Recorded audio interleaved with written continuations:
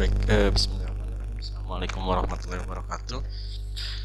Selamat pagi semuanya. Mungkin pada kesempatan hari ini kita akan belajar pada mata kuliah psikososial budaya dalam keperawatan, yaitu mengenai aspek spiritual.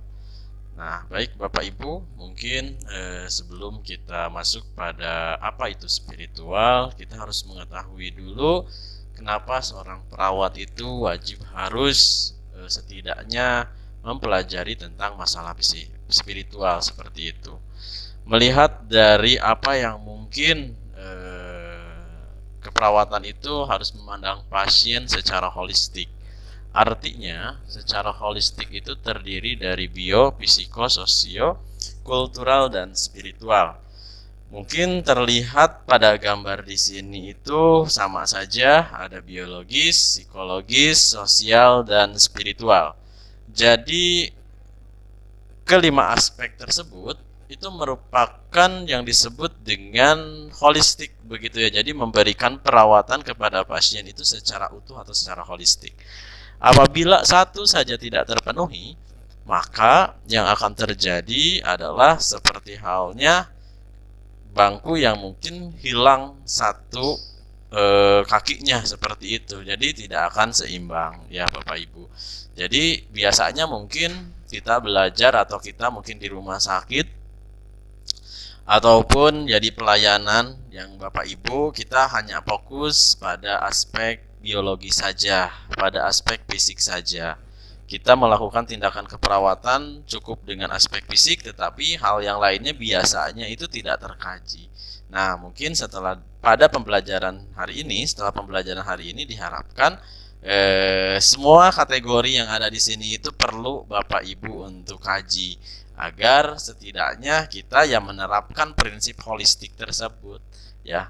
Nah, jadi di antaranya ya dari holistik ini selain biopsikososio ada spiritual.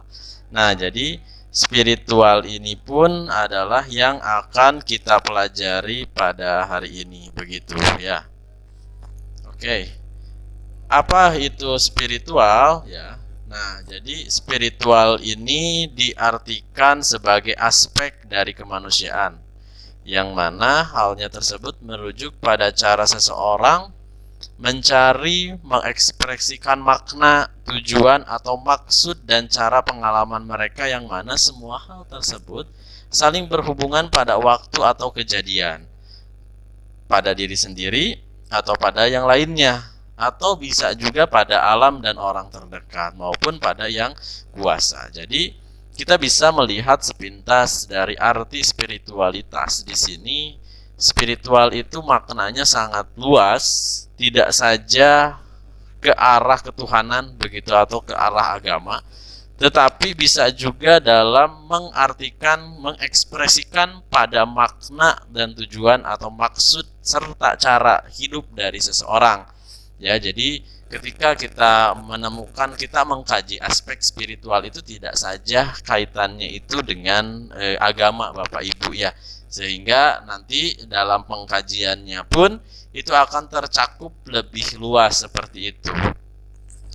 Oke, selanjutnya mungkin di sini ada pengertian lagi dari spiritual, bahwa spiritual ini merupakan suatu multidimensi ya, yang terdiri dari dua dimensi. Ada dimensi eksistensial dan ada dimensi agama begitu. Nah, kalau dimensi eksistensial di sini adalah berfokus pada tujuan dan arti kehidupan. Kalau agama, ya terlebih dia akan fokus pada Tuhannya seperti itu.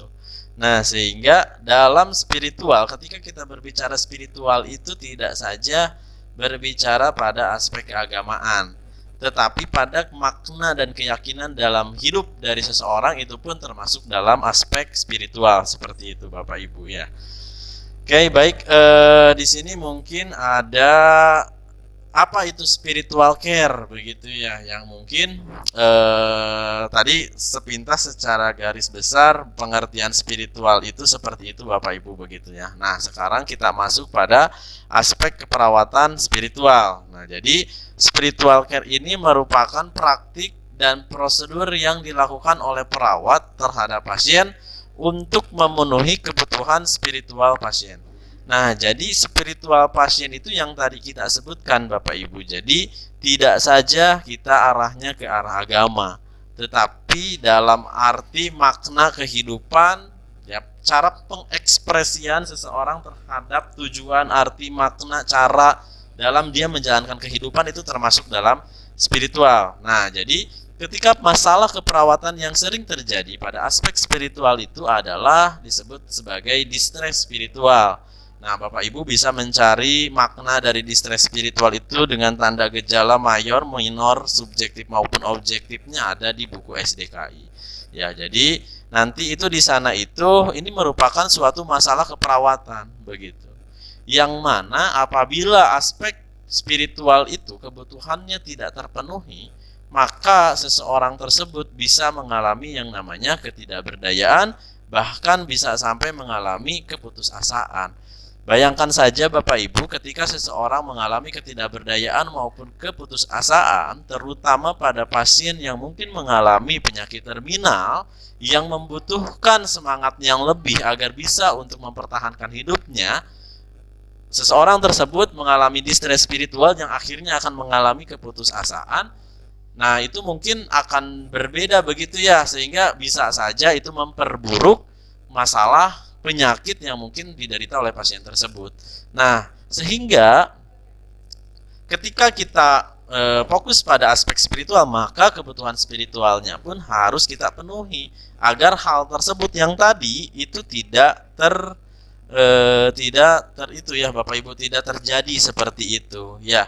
Nah, sehingga sangat penting sekali aspek spiritual itu kita kaji pada pasien. Ya, pada pasien kita kaji apakah spiritual pasien ini terpenuhi atau tidak, seperti itu. Nah, terus kemudian di sini ada spiritual care itu Bapak Ibu tidak mempromosikan agama atau praktek untuk meyakinkan pasien tentang agamanya. Kita balik lagi Bapak Ibu bahwa mungkin nanti akan ada terkait dengan tata cara setiap pasien melakukan peribadahannya. Betul, setiap pasien itu membutuhkan hal tersebut. Tetapi mungkin nanti itu ada programnya yang berbeda begitu ya. Berbedanya itu adalah misalkan pada saat proses recovery atau pada saat misalkan dilakukan perawatan paliatif care, mungkin ada kegiatan-kegiatan keagamaan, mungkin itu bisa.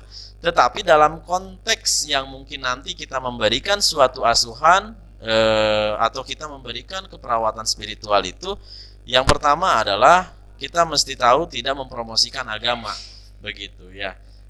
Kenapa tidak mempromosikan agama? Misalkan ada agamanya yang mungkin agama A dan agama B. Ketika berbeda agama antara perawat dengan pasien, maka perawat ini harus tidak mempromosikan agamanya sendiri. Jadi harus selalu bersifat netral begitu ya Bapak Ibu. Atau bisa saja perawat A dengan perawat B itu agamanya sama begitu. Tetapi terkadang satu agama itu mempunyai golongan yang berbeda. Maka perawat di sini misalkan mempromosikanlah organisasi agama perawatnya begitu pada pasien. Nah, itu pun tidak disarankan dan sangat tidak boleh begitu ya. Intinya ketika spiritual care itu terjadi adalah kita itu mengkaji kebutuhan dari aspek spiritual pasien. Tetapi tidak untuk mempromosikan agama dan tidak untuk meyakinkan pasien tentang agamanya. Karena kenapa? Kalau kita meyakinkan pasien terhadap agamanya, maka kita bukan ahlinya, seperti itu Bapak Ibu. Misalkan contohnya ya, mungkin kalau yang memperdalam agama sebelumnya mungkin bisa, tetapi kan kita mesti harus ingat bahwa di rumah sakit itu pasien itu tidak saja agamanya yang sama dengan Bapak Ibu semua. Terkadang agamanya yang mungkin pada aneh-aneh pun itu akan muncul di sana. Ketika Bapak Ibu harus meyakinkan pasien tentang agamanya, pertanyaannya adalah apakah harus berpindah agama dulu, atau misalkan kita mengajarkan terkait dengan agama orang lain begitu. Kan itu tidak akan efektif seperti itu ya Bapak Ibu. Jadi tidak akan efektif ketika kita meyakinkan pasien tentang agamanya, karena kita adalah seorang perawat seperti itu. Seorang perawat itu di sini adalah prosedur yang harus dilakukan itu memenuhi kebutuhan spiritualnya. Bukan berarti ketika kita akan memenuhi kebutuhan spiritualnya, kita memberikan atau meyakinkan pasien tentang agamanya. Begitu. Ya, bisa saja seperti itu ya Bapak Ibu. Jadi di sini tidak mempromosikan agama maupun praktek. Terus kemudian selanjutnya adalah ya di sini ada kebutuhan spiritual. Jadi apa saja sih kebutuhan spiritual itu? Begitu nanti kita akan bahas. Tapi apa itu kebutuhan spiritual? Nah, jadi kebutuhan spiritual itu adalah kebutuhan untuk mempertahankan atau mengembalikan keyakinan dan memenuhi kewajiban agamanya. Begitu. Itu adalah yang disebut dengan kebutuhan spiritual, begitu ya. Nah, jadi ketika seseorang itu butuh ya yang namanya aspek spiritual di dalam dirinya. Artinya ketika dia kehilangan arah, maka kebutuhan spiritualnya bisa terpenuhi, pasien tersebut setidaknya bisa mengembalikan keyakinannya. Ketika kita mempercayai sesuatu dengan keyakinan yang sangat kuat, maka kita akan melaksanakan hal tersebut. Ya mungkin ketika kita belajar agamanya mau apapun itu pasti akan mengarah ke arah kebaikan. Ketika kita itu meyakini agama tersebut, maka ketika kita sakit, kita akan merujuk pada nilai yang mungkin diajarkan oleh agama yang kita anut. Seperti itu ya, artinya pasti akan berusaha untuk kita itu sembuh seperti itu Bapak Ibu. Ya, nah itu adalah yang disebut dengan kebutuhan spiritual. Jadi kebutuhan spiritual itu di mana kebutuhan untuk mempertahankan dan mengembalikan keyakinan untuk memenuhi kewajiban agamanya. Tetapi di sini mungkin tidak saja kita berbicara agama, tetapi keyakinan pada nilai apapun itu cara pandang dari kehidupan manusia, seperti itu Bapak Ibu.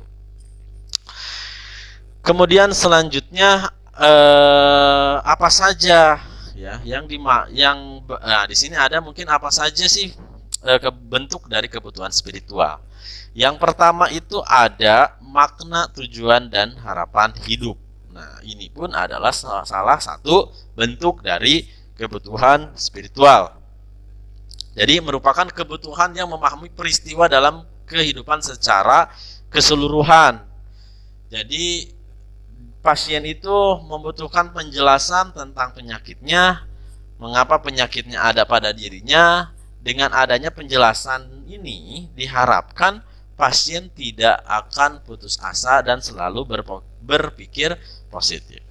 Kemudian ada hubungan dengan Tuhannya, kemudian ada praktik spiritual, kemudian ada kewajiban agama, kemudian ada hubungan intrapersonal, dan yang terakhir ini adalah hubungan dengan perawat dan tenaga kesehatan lainnya. Itu adalah termasuk pada bagian dari kebutuhan spiritual, seperti itu ya Bapak Ibu. Sehingga 6 aspek yang tadi itu harus kita kaji seberapa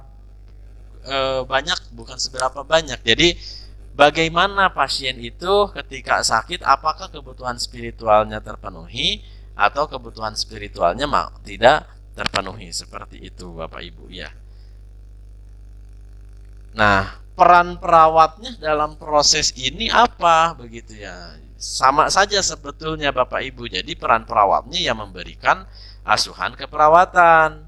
Tetapi asuhan keperawatannya itu mencakup pada aspek spiritual, yang mana harus pengkajian kebutuhan spiritual. Bentuk dari asesmen spiritual atau pengkajian spiritual itu sangat banyak sekali, begitu ya. Dan itu mungkin sudah baku ya, dan bisa untuk digunakan tergantung situasi dan kondisinya.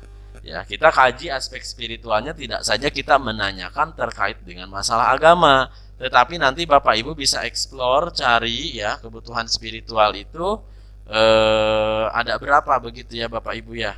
Nanti asesmennya kita lihat dan identifikasi. Kemudian merumuskan diagnosa keperawatan, yang terakhir adalah intervensi kebutuhan spiritual.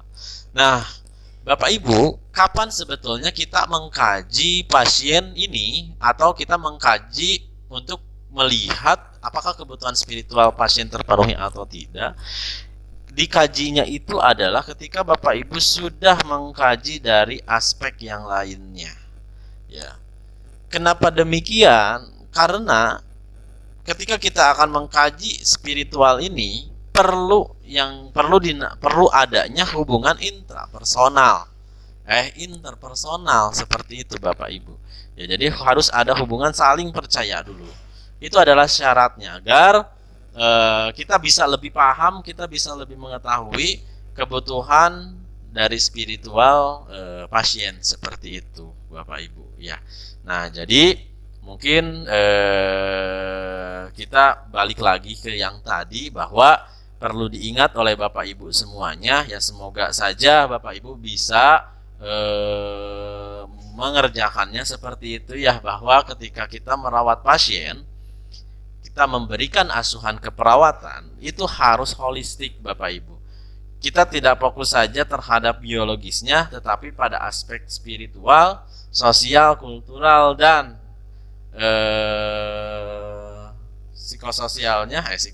psikologisnya itu harus kita berikan begitu ya, tergantung sisi masalahnya mana yang tidak terpenuhi, tetapi aspek kelima tersebut, biopsikososiokultural spiritual tersebut itu harus dilakukan oleh Bapak Ibu, diidentifikasi yang mana yang mungkin memerlukan intervensi keperawatannya seperti itu. Ya, oke. Mungkin itu saja yang bisa saya jelaskan Bapak Ibu ya terkait dengan aspek spiritual. Sebetulnya masih banyak sekali apa yang mungkin teori-teori terkait dengan spiritual ya, dan banyak sekali referensi-referensi di sana yang mungkin menyinggung masalah aspek spiritual. Ya, mungkin Bapak Ibu bisa mengeksplor untuk menambah lagi wawasan dan ilmunya seperti itu ya. Baik, terima kasih. Mungkin kita akhiri saja. Mohon maaf apabila ada kesalahan. Wassalamualaikum warahmatullahi wabarakatuh.